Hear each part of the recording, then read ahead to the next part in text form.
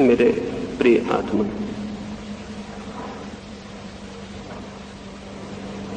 एक छोटी सी कहानी से मैं अपनी चर्चा शुरू करना चाहूंगा।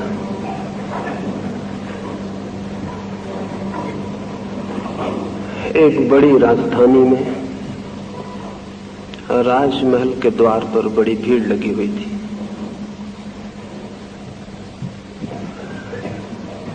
भीड़ सुबह से लगनी शुरू हुई थी और बढ़ती ही जा रही थी। जो भी आदमी आया था वो ठहर गया था और वापस नहीं लौटा था। मैं भी भटकते हुए उस राजधानी में पहुंच गया था और मैं भी उस भीड़ में खड़ा हो गया। कुछ बड़ी अजीब घटना उस दिन घट गई थी, इसलिए सारे नगर से लोग उसी महल की तरफ भागे हुए आ रहे थे। ऐसी तो कोई बड़ी अजीब बात न थी। सुबह ही एक भिखारी ने आके उस द्वार पर भिक्षा मांगी थी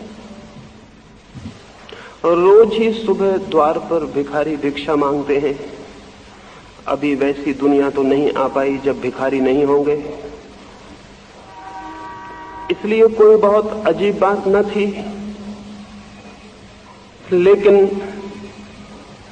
भिखारी ने न केवल भिक्षा मांगी, अपना भिक्षा पात्र राजा के सामने फैलाया, बल्कि उसने एक शर्त भी रखी। भिखारी कोई शर्त रखे ये आश्चर्य की बात थी। देने वाला शर्त रखे ये तो ठीक है, लेकिन लेने वाला भी शर्त रखे ये जरूर आश्चर्य की बात थी। और शर्त भी बड़ी अनूठी थी। देखने में तो बहुत सरल बात मालूम पड़ी थी और राजा उस शर्त के लिए राजी हो गया था, लेकिन पूरा करना बहुत कठिन हो रहा था। उस भिखारी ने कहा था, मैं एक ही शर्त पर भिक्षा लूंगा और वो शर्त यह है कि मेरा भिक्षा पात्र पूरा भर दिया जाए, मैं अधूरा पात्र लेकर नहीं लौटूंगा। राजा के अहंकार को हंसी आ गई थी और राजा ने कहा था, तुम पागल हो, शायद तुम्हें पता नहीं तुम किसके द्वार पर भिक्षा मांग रहे हो। अगर तुम खुद अधूरा पात्र लेकर लौटना चाहते तो भी मैं तुम्हें अधूरा पात्र भरा हुआ लौटने न देता। शर्त रखने की कोई बात नहीं। और उसने अपने वजीरों को कहा, अब अन्न से भरना इसका पात्र ठीक न होगा, स्वर्ण मुद्राओं से भर दो। उस भिखारी ने फिर कहा, एक बार सोच लें, क्योंकि और राजा भी मुसीबत में पड़ चुके हैं। ये शर्त मैंने पहली बार नहीं रखी और द्वारों पर भी रखी है और आज तक कोई भी द्वार मेरे पात्र को पूरा नहीं भर सका है। राजा हंस पड़ा। बात पर ध्यान देने की उसने जरूरत न समझी और वजीर को कहा कि जाओ स्वर्ण असरफियों से पात्र भर दो। वजीर स्वर्ण असरफियां लाया, उसने वे पात्र में डाली। छोटा सा पात्र था, लेकिन बड़ी अद्भुत घटना घटी। पात्र में गिरते ही वे असरफियां न मालूम कहां विलीन हो गईं। पात्र खाली का खाली रह गए और तब भीड़ उस द्वार पर बढ़ने लगी थी। मैं भी उस भीड़ में जाके खड़ा हो गया था। दोपहर हो गई। भिक्षु का छोटा सा पात्र सम्राट की बहुत बड़ी तिजोरियां न भर सकी। सांझ होने लगी। सम्राट की तिजोरियां खाली हो गईं, लेकिन भिक्षु का पात्र नहीं भरा। और तब जो सम्राट किसी से भी कभी हारा न था, वो उस भिखारी से हार गया, उसके पैरों पर गिर पड़ा और उसने क्षमा मांगी कि भूल हो गई है मुझसे, मैं क्षमा चाहता हूं। और आज मुझे एक बड़े सत्य का दर्शन हो गया कि सम्राट की संपत्ति भी भिक्षु की भूख को नहीं भर सकती। मुझे माफ कर दो, मैं तुम्हारा पात्र पूरा न भर सकूंगा। भीड़ छट गई। राजा हार चुका था। लोग अनेक तरह की बातें करते हुए अपने घर चले गए और वो भिखारी भी अपने रास्ते पर हो गया। लेकिन इतने आसानी से मैं उस भिखारी को न छोड़ सका और उसके पीछे हो गया। रात गांव के बाहर मैंने उसे पकड़ लिया और उससे पूछा, क्या रहस्य इस भिक्षा के पात्र का जो भर नहीं सका। वो भिखारी हंसने लगा और उसने कहा, गांव गांव में गया हूं और न मालूम कितने द्वार पर कितने अहंकार पराजित हो गए, लेकिन तुम पहले आदमी हो जो मेरे पीछे आए हो और भिक्षा कर इस पात्र का रहस्य पूछते हो। मैं इस आदमी की तलाश में था कि कोई मुझसे पूछे, उसी के लिए मैं गांव गांव घूम रहा हूं, लेकिन कोई ये पूछता ही नहीं। इस भिक्षा के पात्र में कोई भी रहस्य नहीं है। और भिक्षा का पात्र उसने मेरे हाथ में दे दिया और उसने कहा मैं एक मरघट से निकलता था और एक आदमी की खोपड़ी मुझे पड़ी मिल गई, उससे ही मैंने इस पात्र को बना लिया। और जैसा कि सभी जानते हैं, आदमी का मन कभी भरता नहीं, इसलिए ये पात्र भी भरता नहीं। इस कहानी से इसलिए मैं अपनी बात शुरू करना चाहता हूं कि जीवन में सबसे बड़े रहस्यों में से समझने की जो बात है वो यही है, मनुष्य का मन जैसा है वो कभी भी भरने में समर्थ नहीं। मनुष्य की पीड़ा और चिंता और दुख और विषाद इसी तथ्य से पैदा होते हैं। हम उस मन को भरने की कोशिश में हैं जो भरने में स्वभावतः असमर्थ है। लेकिन इस तथ्य का उद्घाटन मुश्किल से ही कोई कर पाता है, और जो इस तथ्य का उद्घाटन कर लेता है उसके जीवन में एक क्रांति घटित हो जाती है। लेकिन सामान्यतः मुश्किल से ही शायद हमारी दृष्टि में ये बात दिखाई पड़नी शुरू होती है। हम मन को भरने की कोशिश करते हैं अनेक दिशाओं में, धन से और यश से और पद से, महत्वाकांक्षाओं के न मालूम किन किन मार्गों पर चलकर हम उसे भरने की कोशिश करते हैं। और इस बात को भली भांति देखते हुए भी शायद हम अंधे बने रहते हैं कि आज तक कोई भी अपने मन को भर नहीं सका है। क्या किसी मनुष्य ने मनुष्य जाति के पूरे इतिहास में ये कहने का साहस दिखाया है कि मेरा मन भर गया, मेरा मन तृप्त हो गया? क्या किसी ने लंबे 10,000 वर्षों के ज्ञात इतिहास में ये बात कही है कि मैं मन की पूर्ति पर पहुंच गया, मन की आकांक्षाएं तृप्त हो गई? नहीं, एक भी मनुष्य ऐसा दिखाई नहीं पड़ता। और हर शेष मनुष्य की जीवन कथा मनुष्य के निरंतर खाली रह जाने की खबर देती है। सिकंदर की जिस दिन मृत्यु हुई और जिस नगर में उसकी अर्थी निकली, उस दिन एक बहुत अजीब बात लोगों ने देखी। शायद वैसा कभी भी नहीं हुआ था और शायद आगे भी कभी नहीं होगा। सिकंदर की अर्थी को देखने लाखों लोग रास्तों पर खड़े थे। कोई साधारण आदमी न मर गया था, महान सिकंदर की मृत्यु हो गई थी। लेकिन लोग देख के हैरान हुए, उसकी अर्थी बड़ी अजीब थी। अर्थी के बाहर सिकंदर के दोनों हाथ लटके हुए थे और हर कोई पूछने लगा कि ये हाथ अर्थी के बाहर क्यों लटके हुए। सारे नगर में एक ही बात उठ गई। सांझ होते होते पता चला, सिकंदर ने मरने के पहले कहा था, मेरे हाथ अर्थी के बाहर लटके रहने देना ताकि हर आदमी देख ले मैं भी खाली हाथ जा रहा हूं, मेरे हाथ भी भरे हुए नहीं। मेरी दौड़, मेरी विजय यात्राएं सब असफल हो गई, हाथ मेरे खाली। किसके हाथ भरे हुए कब गए? ये बात दूसरी है कि हम हाथों को अर्थियों के भीतर छिपा देते हैं ताकि कोई देख न ले कि ये हाथ खाली जा रहे हैं। लेकिन अर्थियों के भीतर छिपाएं या न छिपाएं, हर आदमी की जीवन कथा निरंतर खाली बने रहने की कथा है। ये मन का पात्र भरता नहीं है। ऐसा नहीं है कि धन से नहीं भरता, ऐसा नहीं है कि यश से नहीं भरता, धर्म से भी नहीं भरता, त्याग से भी नहीं भरता। भरना उसका स्वभाव नहीं है। मोक्ष से भी नहीं भरता, परमात्मा से भी नहीं भरता। भरना उसका स्वभाव नहीं है। कुछ लोग धन से भरने से ऊब जाते हैं, लेकिन भरने से नहीं ऊब पाते।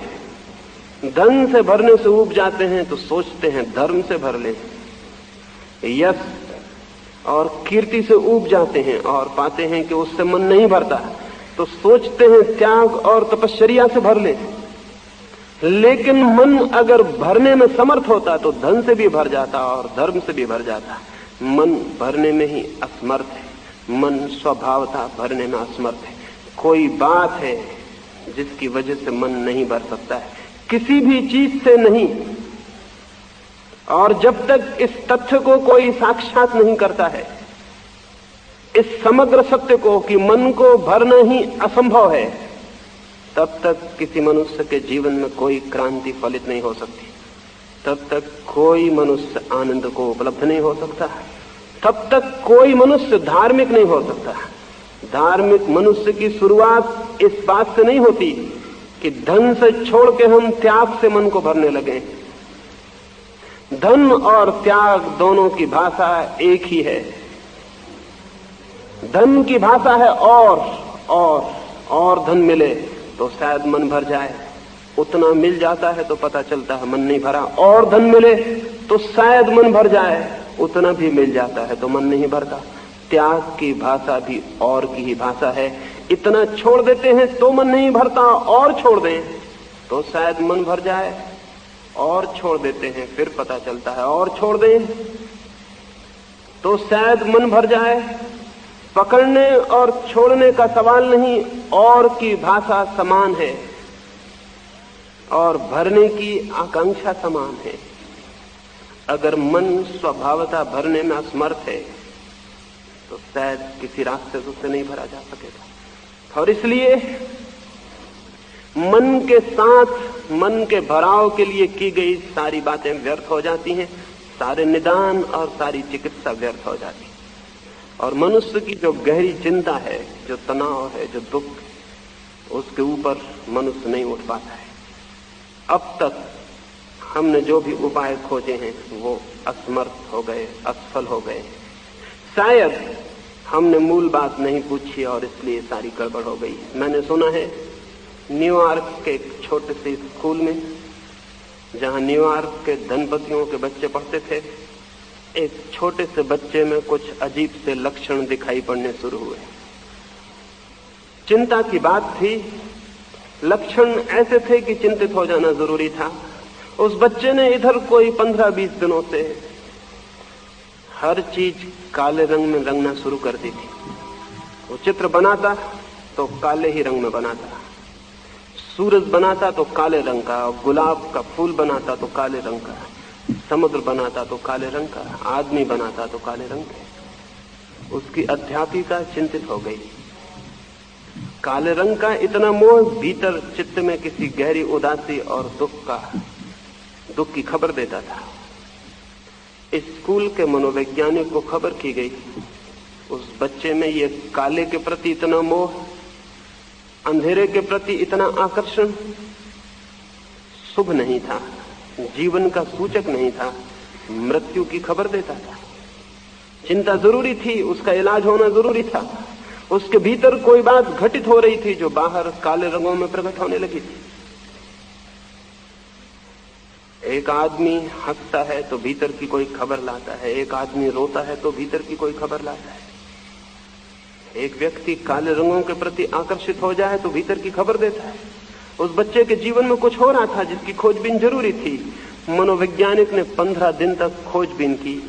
उस बच्चे के घर में जाके, उस बच्चे के पड़ोस में, उस बच्चे के संबंध में सारी जानकारी इकट्ठी की और 15 दिन बाद एक बड़ी रिपोर्ट पेश की, जिसमें बहुत से कारण बताए गए थे। बच्चे की घर की जिंदगी शायद सुखद नहीं थी, बच्चे के माँ बाप के बीच शायद अच्छे संबंध नहीं थे, झगड़ा था, विरोध था, घर का वातावरण उदास था, प्रसन्न नहीं था, आसपास भी अच्छे लोग नहीं थे पड़ोस में। इन सब का शायद परिणाम बच्चे पे पड़ना शुरू हुआ था। बच्चे की माँ जब बच्चा गर्भ में था तब बीमार रही थी, शायद उसके परिणाम हुए थे। स्कूल के चिकित्सक को भी कहा गया, उसने भी जांच पड़ताल की, उसने बताया कि नहीं विटामिन की कमी है, शायद उनकी वजह से बच्चा उदास और शिथिल हो गया, शायद जीवन में उसके आनंद और थिरक में कमी हो गई। ये सारी रिपोर्टें आ गई और इसके पहले कि इलाज शुरू होता है एक और घटना घट गई जिसने सारे निदान को गलत कर दिया। स्कूल के चपरासी ने बच्चे को निकलते वक्त स्कूल से एक दिन उसके कान में पूछा कि मेरे बेटे मुझे तो बताओ, तुम काले रंग से ही चित्र क्यों बनाते हो? उस बच्चे ने कहा सच बात यह है कि मेरी डिब्बी के और सब रंग खो गए हैं, केवल काला रंग ही बचा और कोई बात नहीं है। उसे दूसरे रंग दे दिए गए और उसने दूसरे दिन से ही काले रंग में चित्रों का बनाना बंद कर दिया। बात उतनी ही थी कि उसकी डिब्बी के और रंग खो गए थे, लेकिन इन विशेषज्ञों ने बड़ी बातें खोज निकाली थी और उन बातों के आधार पर अगर उस बच्चे का इलाज होता तो आप सोच सकते हैं क्या हुआ होता। उस बच्चे का बचना मुश्किल हो जाता। वे इलाज खतरनाक सिद्ध होते, क्योंकि जो बीमारी ही न हो उसकी चिकित्सा सिवाय खतरे के और क्या ला सकती। मनुष्य के साथ भी बहुत तरह के इलाज किए गए और मनुष्य के साथ सब इलाज खतरनाक सिद्ध हुए हैं, क्योंकि शायद हमने उसके भीतर गहरे में जाके ये पूछा ही नहीं असल बात क्या है। आदमी के भीतर हमने ठीक ठीक समस्या को पकड़ने की कोशिश नहीं की है और इलाज शुरू हो गए। 5-6 हजार वर्षों से मनुष्य के सब भांति के इलाज हो रहे हैं, सब तरह के विशेषज्ञ उसकी चिकित्सा कर रहे हैं और सच्चाई यह है कि मनुष्य ज्यादा से ज्यादा बीमार होता जा रहा है, स्वस्थ नहीं हो रहा। सारे धर्मों के इलाज, सारे विशेषज्ञों, सारे पुरोहितों, सारे गुरुओं की चिकित्साएं आदमी को और मरणासन्न किए दे रही हैं और अगर ये इलाज जारी रहे तो शायद आदमी के बचने की बहुत दिन संभावना नहीं। चिकित्सक बहुत हैं और गरीब आदमी उनके बीच फंस गया है और शायद हम ये पूछना ही भूल गए हैं एक सीधा सा सवाल कि यह आदमी की सारी बीमारी, आदमी की चिंता और दुख, उसकी बेचैनी, उसकी अशांति कहीं मन के स्वभाव के साथ ही तो संबंधित नहीं है। एक मुसलमान फकीर था, एक सुबह एक व्यक्ति ने उससे जाके कहा, मैं ईश्वर को खोजना चाहता हूं, मोक्ष पाना चाहता हूं, कोई रास्ता है? मन मेरा अशांत है, उसे शांत करना चाहता हूं, कोई मार्ग है? उस फकीर ने कहा, अभी तो मैं कुएं पर पानी भरने जा रहा हूं, मेरे साथ आओ। अगर कुएं से वापस लौटते वक्त भी मेरे साथ बने रहे तो शायद मैं कोई रास्ता सुझाऊं। वह आदमी हैरान हुआ कि कुएं से वापस लौटते वक्त ऐसी क्या कठिनाई होने वाली है कि मैं साथ न रहूंगा। वो फकीर के पीछे कुएं की तरफ गया। फकीर अपने घर से एक बाल्टी और एक बड़ा ड्रम लेके निकला। उस आदमी ने देखा तभी उसे शक हुआ। ड्रम बड़ा अजीब था, उसमें कोई पैंदी न थी, उसमें कोई तलहटी न थी, वो दोनों तरफ से पोला। क्या फकीर इसमें पानी भरने जा रहा? लेकिन बीच में कुछ बोलना ठीक न था। वो कुएं तक गया।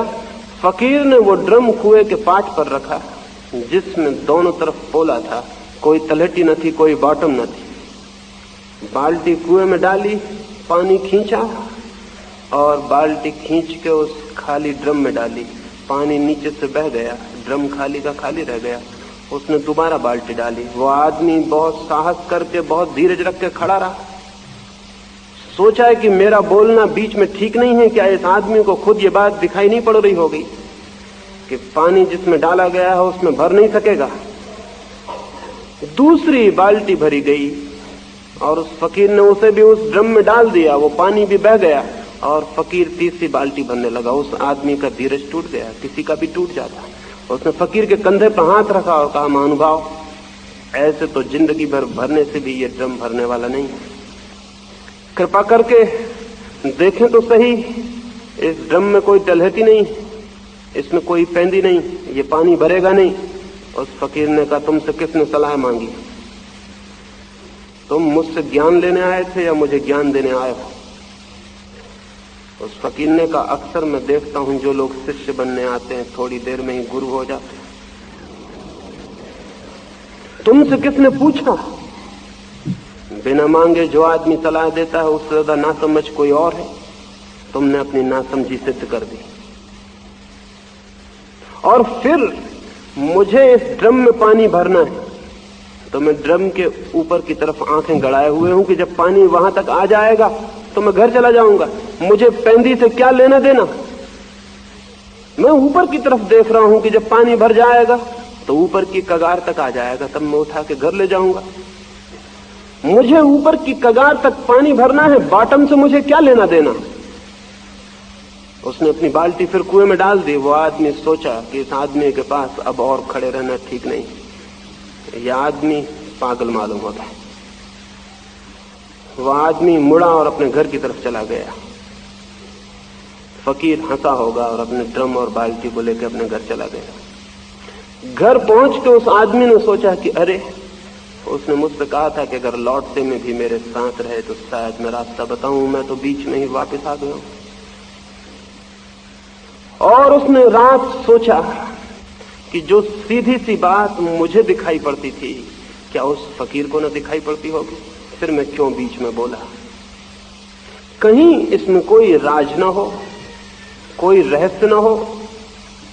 सुबह वो वापस लौटा, तो फकीर के पास गया और कहा, मैं क्षमा मांगता हूं, मैं ये पूछने आया हूं आप मुझे क्या सिखाना चाहते थे। वो फकीर बोला, तुम आदमी थोड़े समझदार हो, ये मेरी पुरानी तरकीब है ना समझ लोगों से छुटकारा पाने की। जो भी मुझसे पूछने आता है पहले मैं उसे कुएं पर ही ले जाता हूं, और यही ड्रम और यही बाल्टी। अक्सर तो लोग भाग जाते हैं फिर कभी नहीं लौटते, तुम वापस आ गए हो। तो मैं तुमसे ये निवेदन करना चाहता हूं कि जिस मन को तुम भरना चाहते हो आनंद से, परमात्मा से, कभी तुमने गौर किया उसमें कोई बॉटम है, कोई तलहटी है? कभी भीतर खोजबीन की कि कहीं इस ड्रम की तरह ही वो पोला ना हो और तुम भरते चले जाओ और वो खाली का खाली बना रहे? तो जाओ, पहले मन को खोजो, अगर उसमें तलहटी हो तो मेरे पास आ जाना, मैं तुम्हारे मन को भर दूंगा। और अगर तलहटी न हो, और अगर ये सत्य का तुम्हें दर्शन हो जाए कि ये मन भरा ही नहीं जा सकता, तो मैं तुम्हें विश्वास दिलाता हूं उसी क्षण तुम्हारी भरने की दौड़ समाप्त हो जाएगी। और जिस क्षण तुम्हारी ये दौड़ समाप्त हो जाएगी, तुम पाओगे कि तुम सदा से ही भरे हुए हो। जिस क्षण इस मन से तुम्हारा ये आग्रह छूट जाएगा कि मैं इसे भरूं, उसी क्षण तुम पाओगे कि मन के पीछे कोई मौजूद है जो निरंतर भरा हुआ है, जो कभी खाली ही नहीं है। उस सत्य का नाम ही आत्मा है। मन को भरने की एक दौड़ है, और इस भरने की दौड़ में ही हम आत्मा को नहीं देख पाते। मन को भरने की एक विक्षिप्त दौड़ है, और इस दौड़ में ही व्यस्त होने के कारण हम उसे नहीं उपलब्ध हो पाते हैं जो हम हैं। इस दौड़ से मुक्त हुए बिना कोई स्वयं की अनुभूति को उपलब्ध नहीं होता है। लेकिन इस दौड़ से मुक्त होने के लिए कोई प्रयास, कोई पॉजिटिव एफर्ट, कोई विधायक चेष्टा, कोई साधना काम नहीं दे सकती। इस मन से मुक्त होने के लिए हम कुछ और कुछ भी करेंगे, वो भी मन को ही भरने की दिशा में एक चेष्टा होगी। इस मन से मुक्त होने के लिए इस मन को जानना जरूरी है, इसे पूरी तरह से परिचित होना जरूरी है, इसकी पूरी स्थिति को देखना जरूरी है। और जिस दिन ये दिखाई पड़ जाता है कि मन तो एक बॉटमलेस पिट है, एक अतल खाई है जिसमें कुछ भी भरा नहीं जा सकता, जिस दिन ये अतल खाई मन की स्पष्ट दर्शन में आ जाती है, उसी दिन मनुष्य एक दूसरे आयाम में, एक दूसरी दिशा में गतिमान हो जाता है, जहां कभी भी कुछ खाली नहीं है, जहां सब कुछ भरा हुआ है। उस दिशा का नाम ही परमात्मा है। और दो ही दिशाएं हैं, एक मन को भरने की दिशा जो असफल है, सतत असफल है, जो व्यर्थ है, और जिसके अंतिम परिणाम में खाली हाथों के अतिरिक्त और कुछ उपलब्ध नहीं हो सकता है। इस मन को कैसे जाना जा सकता है, इस दिशा में ही इन 2 दिनों में आपसे बात करूंगा। पहली बात,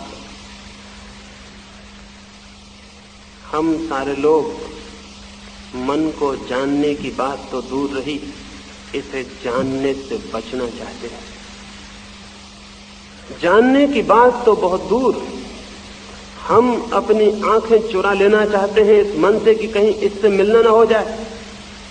कोई आदमी अपनी शक्ल देखने को तैयार नहीं,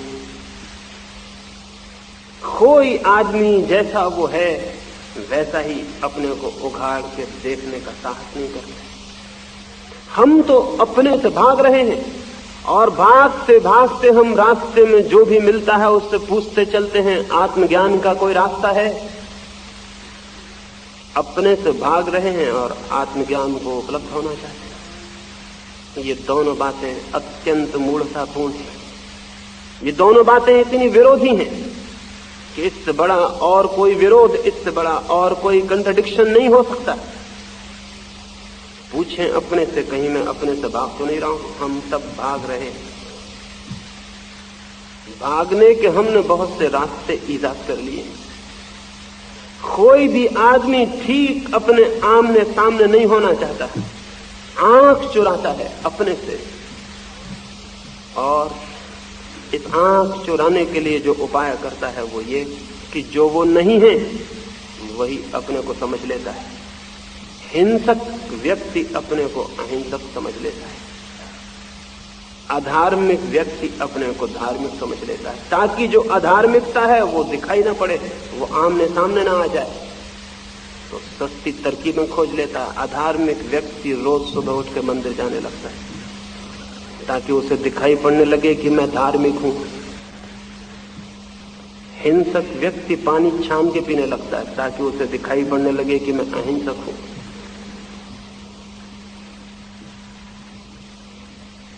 कामुकता से भरा हुआ व्यक्ति ब्रह्मचर्य के व्रत ले लेता है ताकि उसे दिखाई पड़ने लगे कि मैं काम और सेक्स से मुक्त हूं। हम जो हैं उससे विरोधी वस्त्र अपने ऊपर ओढ़ लेते हैं। हम जो हैं उससे ठीक उल्टी शक्ल, उससे ठीक उल्टे मुखौटे, उससे ठीक उल्टे वस्त्र हम अपने ऊपर ढांक लेते हैं ताकि दिखाई ना पड़े, ताकि दूसरों की आंखों में तो हम छिप ही जाएं, अपनी आंखों में भी छिप जाएं। एक धोखा चल रहा है, दूसरे के साथ नहीं, अपने साथ। दूसरों के धोखे हमें दिखाई पड़ जाते हैं, लेकिन खुद जो हम अपने को धोखा दे रहे हैं वो दिखाई नहीं पड़ता। मैंने सुना है एक स्कूल में सुबह ही सुबह इस स्कूल का इंस्पेक्टर निरीक्षण करने को आ गया था। वो पहली ही कक्षा में जो उसके सामने पड़ी उसके भीतर गया और उसने जाके तख्ते पर एक सवाल लिखा और विद्यार्थियों से कहा कि तुम में से जो भी 3 विद्यार्थी इस कक्षा में सर्वाधिक कुशल हों वे खड़े हो जाएं और एक के बाद एक आके सवाल को हल करें। आकस्मिक निरीक्षण करने वो स्कूल में आया था। एक विद्यार्थी उठा जो कक्षा में प्रथम था, उसने आके बोर्ड पर सवाल किया, ठीक सवाल किया था, लौट के अपनी जगह जाके बैठ गया। दूसरा विद्यार्थी उठा जो कक्षा में द्वितीय था, उसने भी आके सवाल किया और अपनी जगह जाके बैठ गया। फिर तीसरा विद्यार्थी उठा, लेकिन तीसरा थोड़ा झिझकते हुए बोर्ड के पास आया और सवाल जैसे ही हल करने को था, उस इंस्पेक्टर ने गौर से देखा तो पाया ये तो वही विद्यार्थी है जो पहले भी आया था, पहले बार जो आया था ये वही है। उसने उसका हाथ पकड़ा और कहा तुम मुझे धोखा दे रहे हो, तुम तो पहली दफा आके सवाल हल कर चुके हो, तीसरा विद्यार्थी कहाँ है? उस विद्यार्थी ने कहा माफ करिए, तीसरा विद्यार्थी आज मौजूद नहीं है, वो क्रिकेट का खेल देखने गया हुआ है और मुझसे कह गया है कि मेरी जगह कोई भी काम हो तो तुम कर देना। इंस्पेक्टर तो आग बबूला हो गया। उसने कहा ये क्या बात है, क्या तुम दूसरे की जगह परीक्षा दोगे, क्या तुम दूसरे की जगह सवाल करोगे? ये मैंने कभी आज तक सुना ही नहीं, हद धोखा चल रहा है। उसने विद्यार्थी को डांटा और कुछ नैतिक शिक्षाओं का उपदेश दिया। ऐसा मौका मिल जाए तो शिक्षा कोई भी देता है, छोड़ता नहीं। और उस विद्यार्थी को डांटने के बाद वो शिक्षक की तरफ मुड़ा जो बोर्ड के पास खड़ा हुआ था और उससे कहा महाशय मैं तो अपरिचित हूं, लेकिन आप तो इस कक्षा से भली भांति परिचित हैं। आप भी खड़े देखते रहे कि ये विद्यार्थी धोखा दे रहा है और आपने मुझसे कुछ कहा नहीं। उस शिक्षक ने आंख नीचे की और कहा, महानुभाव मैं भी इन्हें पहचानता नहीं। वो इंस्पेक्टर तो हैरान हो गया। उसने कहा, आप इस कक्षा के शिक्षक हैं और पहचानते नहीं? उसने कहा, असल बात यह है कि इस कक्षा का शिक्षक क्रिकेट का खेल देखने चला गया और वो मुझसे कह गया है कि जरा मैं उसकी क्लास देख लूं, मैं इस कक्षा का शिक्षक नहीं हूं। तब तो बात और भी बिगड़ गई और इंस्पेक्टर की आंखों से आग निकलने लगी और वो पैर पटकने लगा और चिल्लाने लगा। उसने कहा, ये तो हद हो गई, ये तो धोखे की हद हो गई। विद्यार्थी धोखा दे तो दे, आप शिक्षक होकर भी धोखा दे रहे हैं। और उसने शिक्षक को भी कुछ उपदेश की बातें कही। अंत में जब वो चलने लगा तब उसने कहा, बच्चों, और शिक्षक को कहा, मां से आप भगवान को धन्यवाद दीजिए, नहीं तो आपकी जिंदगी खराब हो जाती, नौकरी पर आंच आ जाती। वो तो अच्छा हुआ कि असली इंस्पेक्टर क्रिकेट का खेल देखने गया।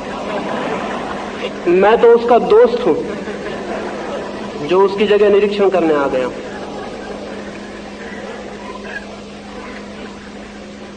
ये हमें हंसने जैसी बात मालूम होती, लेकिन जिंदगी ने ऐसे ही रास्ते पकड़ लिए हैं जहां सब धोखा हो गया, जहां हम सब किसी और की जगह खड़े हुए मालूम हो रहे हैं, जहां हम सब किसी और के चेहरे लगाए हुए हैं, जहां हम सब किसी और के कपड़े पहने हुए हैं, जहां हम सब वहां नहीं हैं जो हम हैं, बल्कि कहीं और कुछ और दिखलाई दे रहे हैं, दिखलाई देने की कोशिश कर रहे हैं। और इस सारे धोखे में किसी और का नुकसान होता हो या न होता हो, एक बात निश्चित हो जाती है, स्वयं से परिचित होने के सारे रास्ते बंद हो जाते हैं। क्योंकि इस निरंतर धोखाधड़ी में हम ये भूल ही जाते हैं कि हम कौन हैं, वस्तुतः हम कौन हैं। अपने को पहचानने के लिए जो झूठे वस्त्र हमने पहन रखे हैं और झूठी शक्लें बना रखी हैं, उन शक्लों को और वस्त्रों को उतार देना अत्यंत आवश्यक है। इसे ही मैं तपश्चर्या कहता हूं। जो अभिनय हमने ओढ़ रखे हैं उनको अलग कर देना ही तपश्चर्या है। वस्त्र छोड़ के नग्न खड़ा हो जाना बहुत आसान है, लेकिन मन पर और व्यक्तित्व के जो हमने वस्त्र ओढ़ रखे हैं उनको छोड़ के नग्न होना बहुत कठिन है।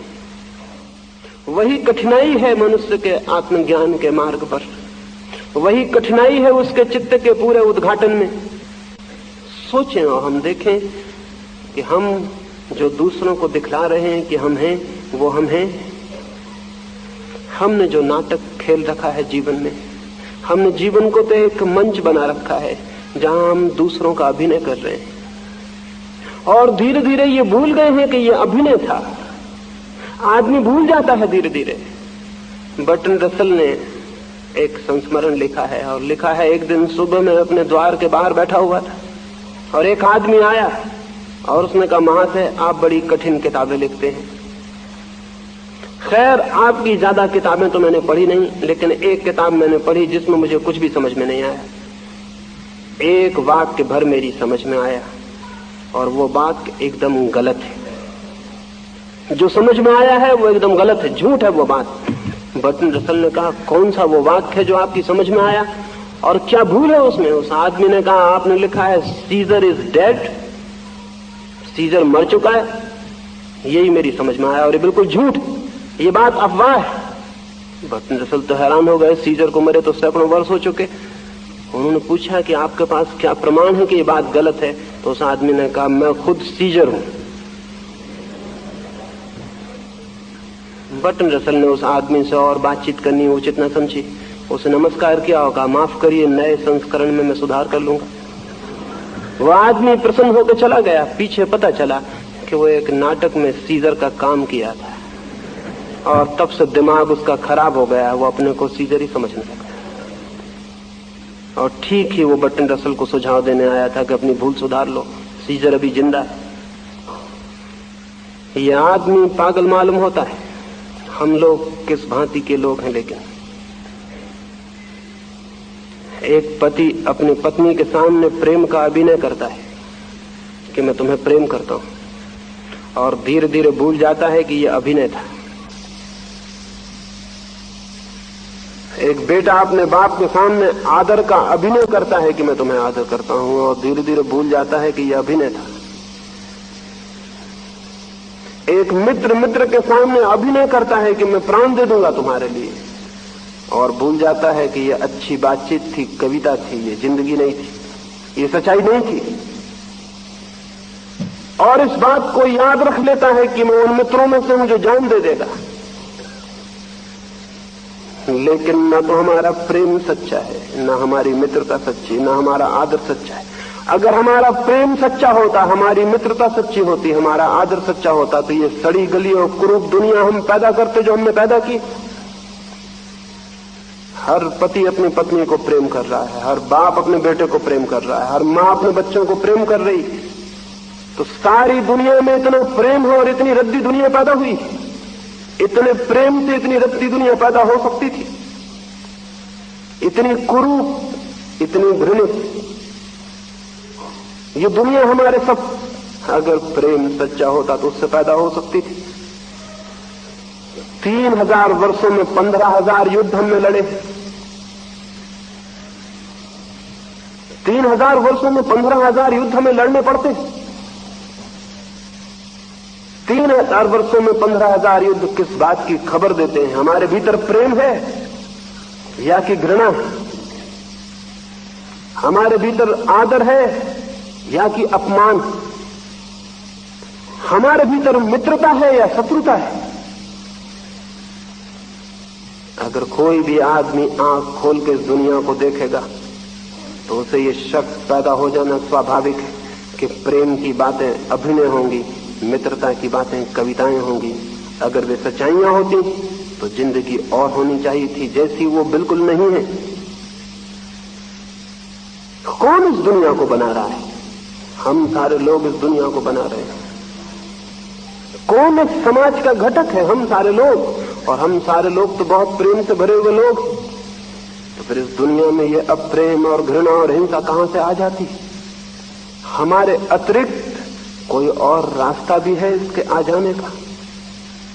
निश्चित ही असलियत कुछ और होगी, अभिनय हमारा कुछ और है।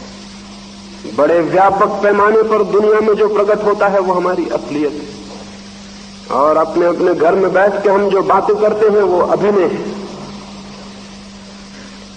जिसे हम कहते हैं कि मुझे तुमसे प्रेम है, क्या उस सच में हमें प्रेम है? क्या हमने कभी भी उसका मंगल और कल्याण चाहा है? क्या उस प्रेम में भी हमारी ईर्ष्या और घृणा सम्मिलित नहीं है? क्या जिसे हम प्रेम करते हैं उसकी गर्दन पर भी हमने फंदे नहीं डाल दिए हैं? क्या उसको भी हमने घर की दीवालों में बंद नहीं कर दिया है? क्या हमने उसके ऊपर भी शिक्षे और ताले नहीं जड़ दिए? जिसको हमने प्रेम किया है क्या उसको भी हमने अपना पोजीशन, अपनी संपत्ति नहीं बना लिया है? क्या कोई व्यक्ति प्रेम करता है और प्रेम को संपत्ति बना सकता है? क्या कोई प्रेम करता है और प्रेम करके किसी का मालिक बन सकता है? क्या कोई प्रेम करता है और किसी के लिए बंधन खड़े कर सकता है? क्या कोई प्रेम करता है और ईर्ष्या से भी भरा हुआ हो सकता है? प्रेम के लिए ये सब असंभव है। इसलिए प्रेम तो हमारा अभिनय है, सच्चाइयां हमारी बहुत दूसरी। मैंने सुना है एक घर में एक मां और बेटी दोनों को ही रात में उठ के चलने की बीमारी थी। एक रात मां उठी और अपने मकान के पीछे बगिया में चली गई। आधी रात होगी, उसके पीछे ही उसकी लड़की भी उठी और बगिया में चली गई। मां ने लड़की को देखते ही कहा, वो नींद में थी, लड़की को देखते ही उसका चित्त क्रोध और ईर्ष्या से भर गया और उसने कहा, इस दुष्ट के कारण ही मेरा सारा यौवन नष्ट हो गया, इसी ने मेरी सारी जवानी छीन ली, मन होता है इसकी गर्दन दबा दूं। और उस लड़की ने उस बूढ़ी को देखते ही कहा, वो भी नींद में थी, कि इस बूढ़ी औरत के कारण ही मेरा जीवन एक कष्ट और कारागृह बन गया है। मेरी हर खुशी में ये बाधा बन गई। परमात्मा करे ये उठ जाए तो मेरे रास्ते के सारे कांटे दूर हो जाएं। लेकिन ये बातें दोनों ने नींद में कही थी, क्योंकि जाग के तो सच्ची बातें कोई भी कहता नहीं। तभी मुर्गे ने बांग दी और उन दोनों की नींद खुल गई। और उस लड़की ने अपनी मां को देखा जाग के और कहा, मां, इस सर्दी में तुम बाहर और साल भी भीतर छोड़ आई, अगर सर्दी लग जाए तो। और उस मां ने कहा, बेटी तू इतनी जल्दी उठाई, चल वापस सो जा, अभी तो 2 घंटे हैं। फिर जल्दी उठाती इसलिए तो दिन भर थकान मालूम पड़ती। वे एक दूसरे के गले में हाथ डाल के घर में वापस लौट गई और सो गई। नींद में उन्होंने जो कहा था वो और जाग के उन्होंने जो कहा वो, इन दोनों में तो जमीन आसमान का फर्क है। लेकिन सच्चाई क्या है, जो जाग कर कहा वो या जो नींद में कहा वो? नींद में तो झूठ बोलने का कोई कारण ही न था, जागने में झूठ बोलने के कारण है। क्योंकि जागने में सब सोच विचार आ गया कि क्या कहना ठीक है और क्या नहीं, और जागने में ख्याल आ गया कि कौन मां है और कौन बेटी, और जागने में सारा शिष्टाचार, और जागने में सारी बातें ख्याल में आ गई, और उन ख्याल में आई हुई बातों से जो पैदा हुआ वो झूठा है, वो अभिनय है। नींद में तो सच्चाइयां खुल गई थी। आदमी की सच्चाइयां उसके सपनों में ज्यादा खुल जाती हैं बजाय उसके जागने के। और एक आदमी अगर नशा करके खड़ा हो जाए तो ज्यादा सच्चाई से वही होता है जो वो है। वो गालियां बकने लगता है, वही आदमी जो भजन गा रहा था नशा करके गालियां बकने लगता है। नशे में कोई ताकत हो सकती है कि भीतर गालियां पैदा कर दे? नहीं, लेकिन भीतर गालियां भरी थी, भजन ऊपर थे, और नशे ने सारा बोध छीन लिया। भीतर जो भरा था वो निकलना शुरू हो गया। दिन में हम जागे हैं, रात हम सो गए हैं, होश खो गया। सपने में जो सच्चाइयां थी वो प्रकट होने लगी। आप खुद अपने भीतर अगर थोड़ी खोजबीन करेंगे तो बहुत डर जाएंगे, कहीं मेरे भीतर ये जो सब छिपा है लोगों को पता न चल जाए, कहीं ये उगल न जाए, कहीं कोई इसमें झांक न ले। इसलिए जो हमारे भीतर छिपा है हम उसके ऊपर दीवार पर दीवारें खड़ी करते चले जाते हैं, ताकि उसका किसी को पता न लगे, ताकि वो छिपा रहे, ताकि कोई उसमें झांक न ले। हमारा निकटतम मित्र भी हमारा इतना निकट नहीं होता कि हम उसे अपने भीतर झांकने दें। और तब धीरे धीरे डर से और भय से हम भी अपने भीतर झांकना बंद कर देते हैं। और फिर हम पूछते हैं, आत्मज्ञान कैसे हो, सत्य कैसे मिले, परमात्मा के दर्शन कैसे हों? जो अपने ही दर्शन करने को राजी नहीं है वो और किस सत्य के दर्शन करने की आकांक्षा कर सकता है? या उसकी आकांक्षा में कितनी सच्चाई हो सकती, कितनी उत्कंठा हो सकती?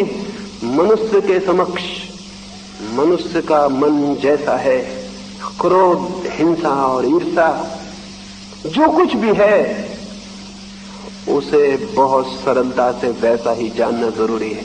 सारे वस्त्र ओढ़े हुए उतार देने जरूरी है, नग्न चित्त के समक्ष खड़ा होना जरूरी है।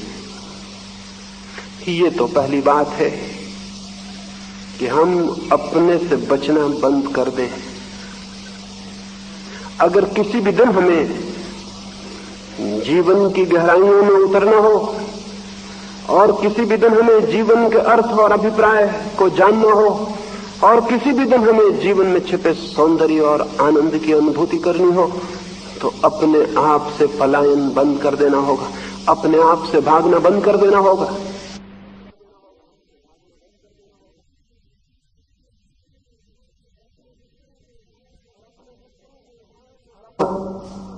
और अपने वस्त्रों को उघाड़ के देखना ही पड़ेगा, चाहे ये कितना ही पीड़ादायी हो, चाहे ये कितना ही कष्टप्रद हो, और चाहे कितनी ही सांत्वना हमसे छिन जाए और हमारा संतोष नष्ट हो जाए, लेकिन देखना ही होगा इस बात को। इसे बिना देखे कोई रास्ता सत्य तक न कभी गया है और न जा सकता है। ये तो पहली बात है कि हम अपने से भागना बंद कर दें।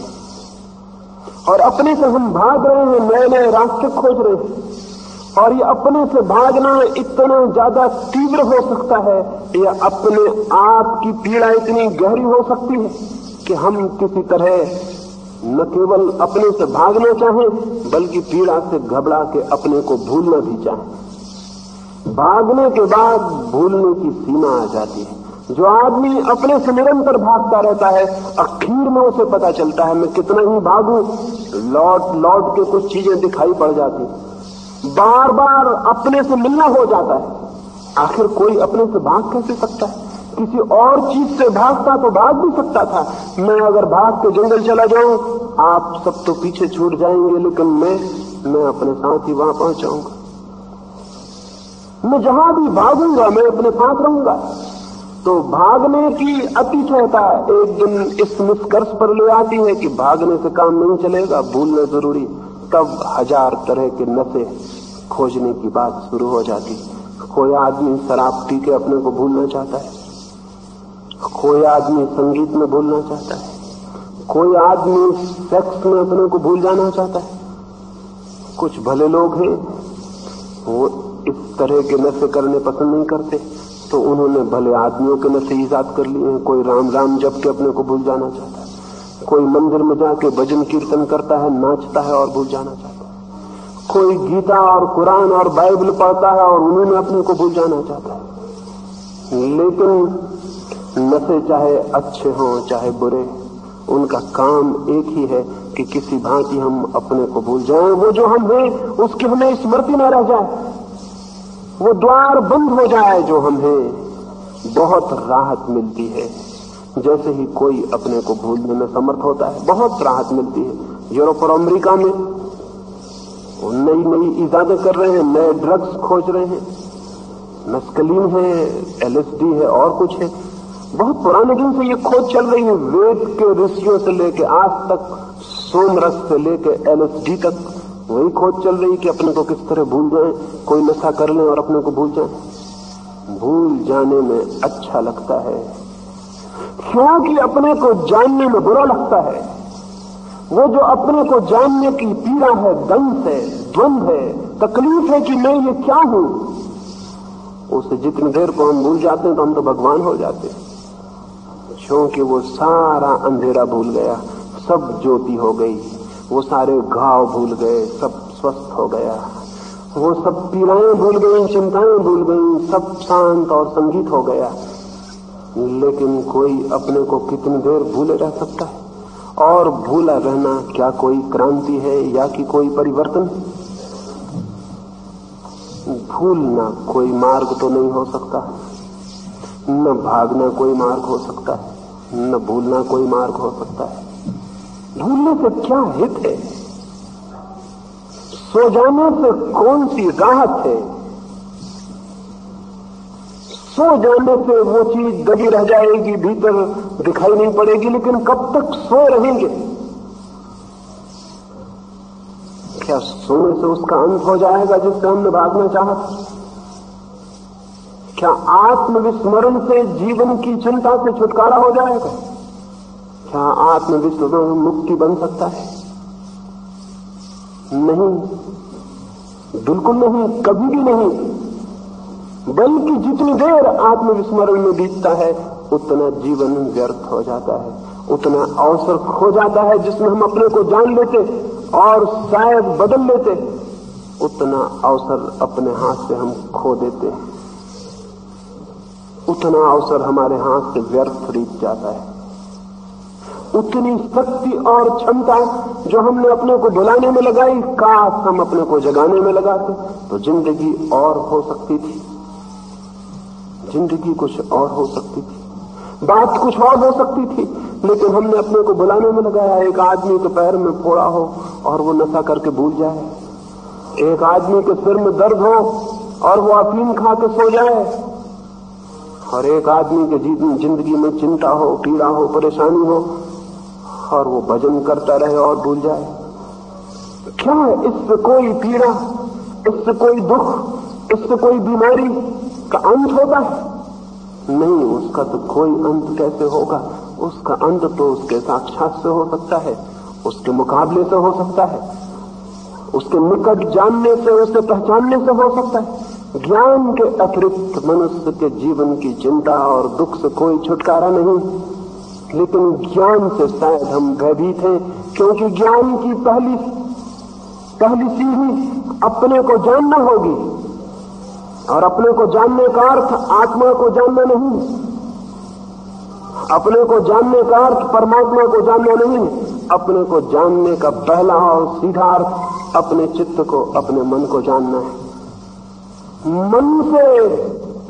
मन शांत हो जाए, समाप्त हो जाए, मन विलीन हो जाए, तो जो जाना जाएगा वो है आत्मा। मन के रहते, मन की इस दौड़ और आकांक्षा में डूबे रहते उससे कोई परिचय नहीं हो सकता। जैसे समुद्र में तूफान हो और सारी समुद्र की छाती लहरों से भरी हो, तो उन लहरों में डूबे समुद्र को, उस समुद्र की शांति को, उस समुद्र के अथाह गहराई को देखना और जानना असंभव है। शांत हो जाएं लहरें तो वो समुद्र सामने आएगा, शांत और गहरा अथाह। लेकिन लहरों के तूफान में तो उसका कोई दर्शन नहीं हो सकता। मन का तूफान है, विचार का तूफान है, चिंता का तूफान है, बहुत लहरें हैं। तो उन लहरों के नीचे छिपी आत्मा के सागर से कोई मिलन नहीं हो सकता। इन लहरों को जानना ही होगा। इन लहरों को जान के इनके विलीन होने पर ही पीछे छिपे सागर की अनुभूति हो सकती है। तो पहला कदम बहुत नकारात्मक है, और वो ये कि अपने से भागना बंद करें। लेकिन पहले तो ये समझ लें कि हम अपने से भाग रहे हैं। आमतौर से तो हम समझते हैं मैं भाग कर रहा हूं अपने से, लेकिन हम भाग रहे हैं। इस तथ्य को मेरे कहने से नहीं, अपने भीतर अपनी जिंदगी में खोजने से ही देखा जा सकता है।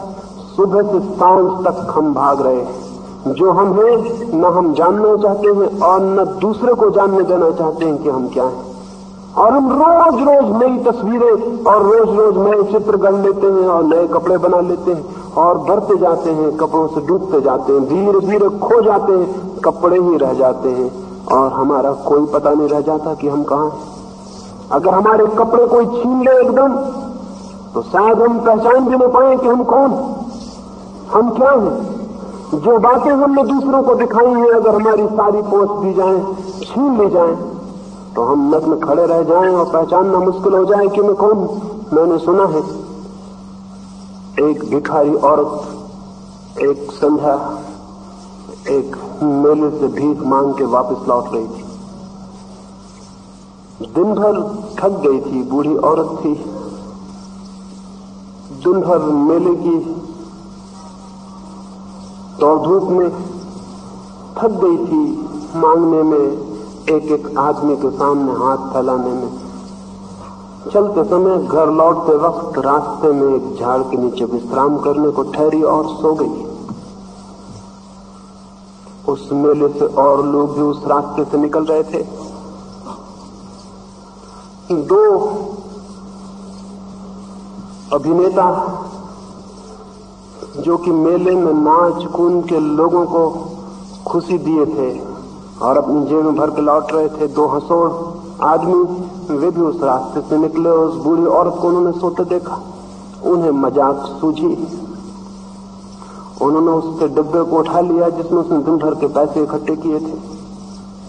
उसकी टोकरी में जो सामान उसने मांगा था वो भी निकाल लिया और चलते वक्त आखिरी मजाक की जो कोई भी आदमी किसी दूसरे आदमी के साथ कर सकता है। चलते वक्त उस सोई थकी बूढ़ी औरत के कपड़े भी वे निकाल के ले गए। वो थकी बूढ़ी औरत नग्न पड़ी रह गई। सब कुछ उसका ले गए थे, उसके भिक्षा का पात्र, उसकी मांगी हुई चीजें, उसके पैसे और उसके वस्त्र भी। ये बड़ा मजाक था, क्योंकि उसके कपड़े ले गए होते, उसके भिक्षा के सामान ले गए होते तो कोई बात न थी, लेकिन उसके पहने हुए वस्त्र भी। कठिनाई हो गई, बूढ़ी की आधी रात के करीब नींद खुली। उसने हाथ फेरा तो पाया कि उसके वस्त्र नदारत है। वो बहुत हैरान हुई। उसे ख्याल आया कि मैं तो वस्त्र पहने हुई थी, फिर ये नग्न औरत कौन है। उसने अपने डब्बे को देखा, डब्बा नदारत था। उसने कहा मैं तो भिक्षा मांग के लाई थी और बस मेरा डब्बा भरा हुआ था पैसों से। डब्बा कहाँ है, मेरी टोकरी कहाँ है, मेरी पोटली कहाँ है? कुछ भी न था। और तब वो खड़ी हुई, उसने देखा उसके ऊपर कोई वस्त्र नहीं है। उसे बड़ी कठिनाई हो गई पहचानने में कि मैं कौन। उसे बड़ी हैरानी हुई कि मैं जो थी उसके पास तो वस्त्र थे, अब मैं कौन हूं और मैं कैसे पहचानूं कि मैं वही हूं या कोई और। उसने सोचा कि चलूं, अंधेरी रात है, घर चली चलूं, कोई रास्ते पर भी नहीं है, मेरा कुत्ता तो मुझे जरूर पहचान लेगा। उसके घर पर उसके पास अपना एक कुत्ता था। बूढ़ी औरत भीख मांग के आती थी तो कुत्ता दौड़ के बाहर आ जाता था, पूंछ हिलाने लगता था। सभी लोग कुत्ते पाल रखते हैं जो पूंछ हिलाएं और पहचाने, नहीं तो कोई भी आदमी अपने को पहचानने में कठिनाई पाएगा। सम्राट भी कुत्ते पाल रखते हैं, भिखारी भी, क्योंकि वो पूंछ हिलाते हैं तो खुद को पहचानने में आसानी होती है कि मैं वही हूं। वो बूढ़ी गई अपने घर, भागी हुई कि अब एक ही रास्ता है, अगर कुत्ता मुझे पहचान ले तो निश्चित हो जाए कि मैं वही हूं। कोई मेरे कपड़े ले गया और मेरा सामान ले गया और कहीं कुत्ते ने भी न पहचाना तो। वो डरी हुई थी, लेकिन एक ही उपाय था। वो घर गई और जैसा कि आप समझ सकते हैं कुत्ता नहीं पहचान सका, क्योंकि नंगी बूढ़ी उसने कभी देखी नहीं थी। कुत्ता बजाय इसके कि पूंछ हिलाता जोर से भौंकने लगा, एक अपरिचित, और वो बूढ़ी घबरा गई। उसने कहा अब तो बड़ी कठिनाई हो गई, कुत्ता भी नहीं पहचानता है कि मैं कौन। मुझे पता नहीं इसके आगे क्या हुआ, उस बूढ़ी ने क्या रास्ता खोजा और कैसे वो अपने को पहचान पाई। लेकिन हम सबकी भी यही हालत हो जाए अगर रात सोते में हमारे ओढ़े हुए सारे वस्त्र, हमारे व्यक्तित्व की सारी चादरें कोई खींच ले और सुबह हम पाएं कि वो जो पद, वो जो नाम, वो जो प्रतिष्ठा, वो जो सब कुछ अखबारों ने हमारे लिए कहा था वो, और पड़ोस के लोग जो हमसे कहते थे वो सब छीन लिया गया है और मेरे पास वो कुछ भी नहीं है। वो तख्तियां जो मैंने घर के आगे लगा रखी थी, वो सर्टिफिकेट जो मेरे पास थे, वो मेरे पास कुछ भी नहीं है। उस नग्न अवस्था में हम भी अपने को न पहचान पाएंगे। हम अपने को पहचानते ही नहीं, दूसरे लोग हमें पहचानते हैं, इसी से हम अपने को पहचानने लगते। कोई आपसे कहता है आप बहुत भले आदमी हैं और आपके भीतर एक ख्याल बन जाता है कि आप बहुत भले आदमी, और कोई कहता है आप बहुत बुरे आदमी हैं तो आपको चोट लगती है। क्यों? कि पहले आदमी ने जो भले आदमी की आपके भीतर धारणा भर दी थी, ये उस धारणा को छीन रहा है और आप फिर खाली हो जाएंगे और भीतर फिर कोई धारणा न रह जाएगी। 24 घंटे हम अपने संबंध में एक इमेज, एक प्रतिमा खड़ा करने में लगे हुए हैं और ये प्रतिमा हम खड़ी कर भी लेते हैं। कोई कुछ बन जाता है, कोई कुछ, लेकिन भीतर वो जो हमारे छिपा है उससे हम अपरिचित ही रह जाते हैं। और ये प्रतिमा रोज रोज बदलनी पड़ती है क्योंकि आसपास के लोग रोज बदल जाते हैं। नेपोलियन हार गया और सेंट हेलेना के द्वीप में उसको बंद कर दिया गया। महान विजेता एक कैदी की भांति बंद हो गया था, लेकिन दुश्मनों ने भलमनचाहत बरती थी, उसके हाथ में हथकड़ियां नहीं डाली थी। द्वीप पर चलने फिरने की उसे आजादी थी, लेकिन द्वीप से भागने का कोई उपाय न था। सुबह वो घूमने निकला था और दुश्मनों ने ये भी भलमनचाहत की थी कि उसके डॉक्टर को भी उसके पास छोड़ दिया था। डॉक्टर और वो दोनों घूमने निकले थे सुबह एक पगडंडी पर। उस ओर से छोटे से पहाड़ी रास्ते पर एक औरत अपने घास की गठरी लिए हुए आती थी। नेपोलियन का डॉक्टर एकदम चिल्लाया और कहा, घसियारे रास्ता छोड़, देखती नहीं है नेपोलियन आ रहा है। लेकिन नेपोलियन ने उस डॉक्टर को कहा, मेरे मित्र, वो प्रतिमा नष्ट हो गई जो कल तक मेरी थी, तुम भूल में हो, अब कोई नेपोलियन नहीं, मैं एक साधारण कैदी हूं। तुम वही प्रतिमा ढोए जा रहे हो जो कल तक मेरी थी, वो टूट गई, मुझे रास्ते से हट जाना चाहिए। और नेपोलियन रास्ते से हट गया और उसने कहा, वो दिन गए जब मैं पहाड़ से कहता कि हट जाओ और पहाड़ हट जाते। आज एक घास वाली औरत के लिए मुझे हट जाना चाहिए। नेपोलियन बहुत समझदार आदमी रहा होगा, इस बात को समझ सका कि वो प्रतिमा मैंने जो बनाई थी इतने दिन तक टूट चुकी है। हम सब भी अपनी प्रतिमा बना रहे हैं, हो सकता है मौत तक न भी टूटे, लेकिन इससे क्या फर्क पड़ता है? अगर हम अपनी प्रतिमा को ही जानते हैं तो वो प्रतिमा झूठी है, हमारी बनाई हुई है। और उस प्रतिमा को ही अगर हमने मान लिया कि मैं हूं, तो हम उसको कभी न जान सकेंगे जो वस्तुतः मैं हूं। जो प्रतिमा से उलझ गया वो आत्मा को कभी न जान सकेगा।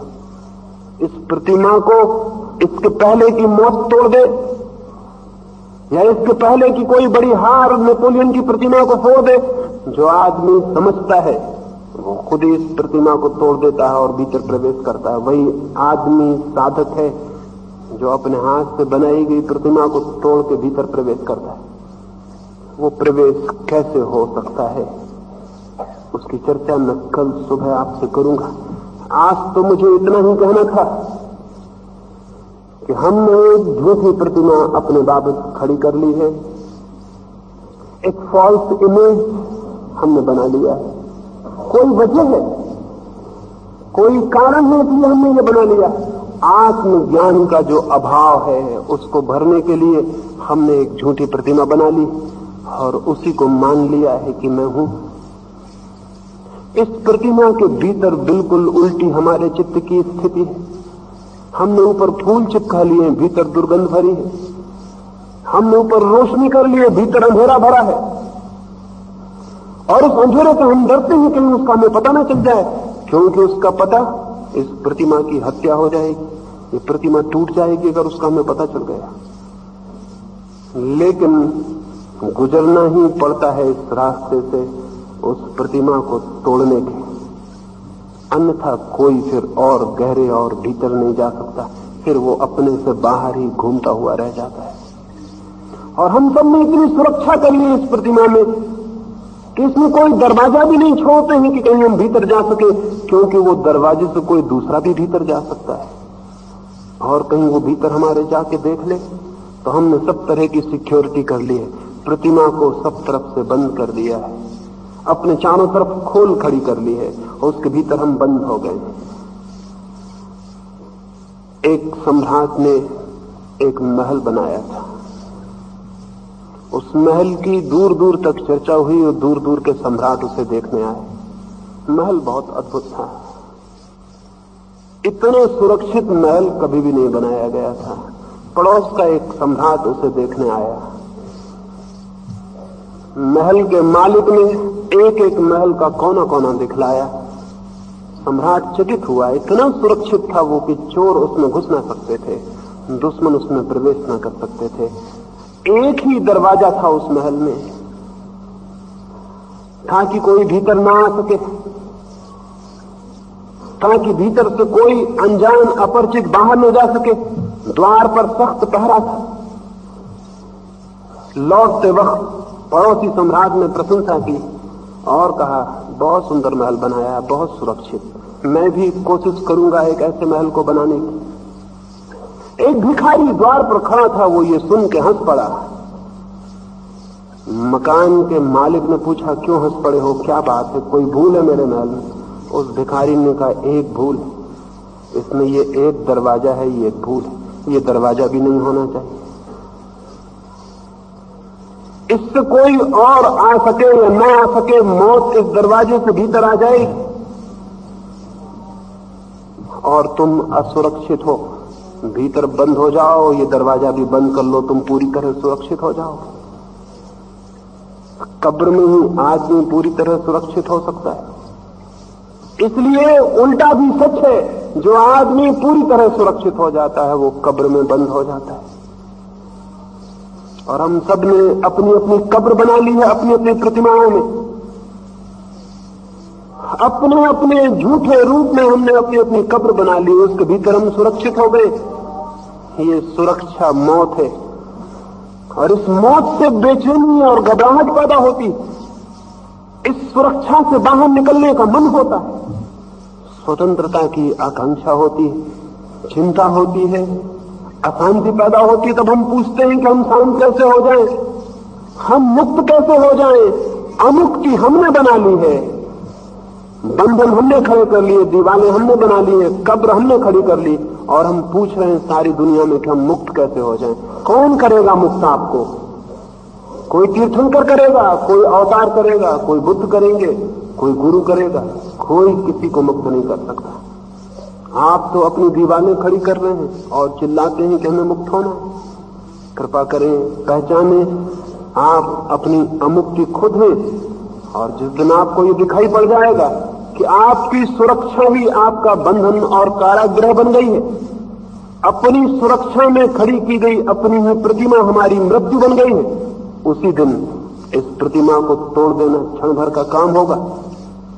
आप इसको बनाते हैं इसलिए ये है, जिस दिन आप नहीं बनाते हैं उसी दिन ये विलीन हो जाती है। इसकी अपनी कोई सामर्थ्य और शक्ति नहीं है। अमुक्ति मनुष्य का अपना सृजन है, और जिस दिन वो इसका सृजन बंद कर देता है उसी क्षण मुक्त हो जाता है। और जो मुक्त है उसके लिए न कोई दुख है न कोई पीड़ा है, उसके लिए शाश्वत आनंद के अमृत के द्वार खुल जाते हैं, और उस आनंद में वो जिसे पहचानता है वही परमात्मा है। तब सब तरफ परमात्मा ही शेष रह जाता है। जब तक हम अपने कारागृह में बंद हैं तब तक हमारे भीतर भी परमात्मा नहीं है, और जिस दिन हम अपने कारागृह को तोड़कर मुक्त हो जाते हैं उसी दिन सब तरफ भीतर और बाहर वही है, केवल वही है, केवल परमात्मा ही है। उसे जो जान लेता है वो धन्य है, वो कृतार्थ हो जाता है। जो उससे अपरिचित रह जाता है उसका जीवन एक दुख की कथा है, उसका जीवन एक लंबी मृत्यु है, उसका जीवन एक अंधकारपूर्ण रात्रि है, उसके जीवन में जीवन जैसा कुछ भी नहीं। कैसे इस बंधन से जो हमारा ही निर्मित है छुटकारा हो सकता है, उसकी बात कल सुबह मैं आपसे करूंगा। मेरी बातों को इतनी शांति और प्रेम से सुना, उसके लिए बहुत बहुत अनुग्रहित हूं, और अंत में सबके भीतर बैठे परमात्मा को प्रणाम करता हूं। मेरे प्रणाम स्वीकार करें।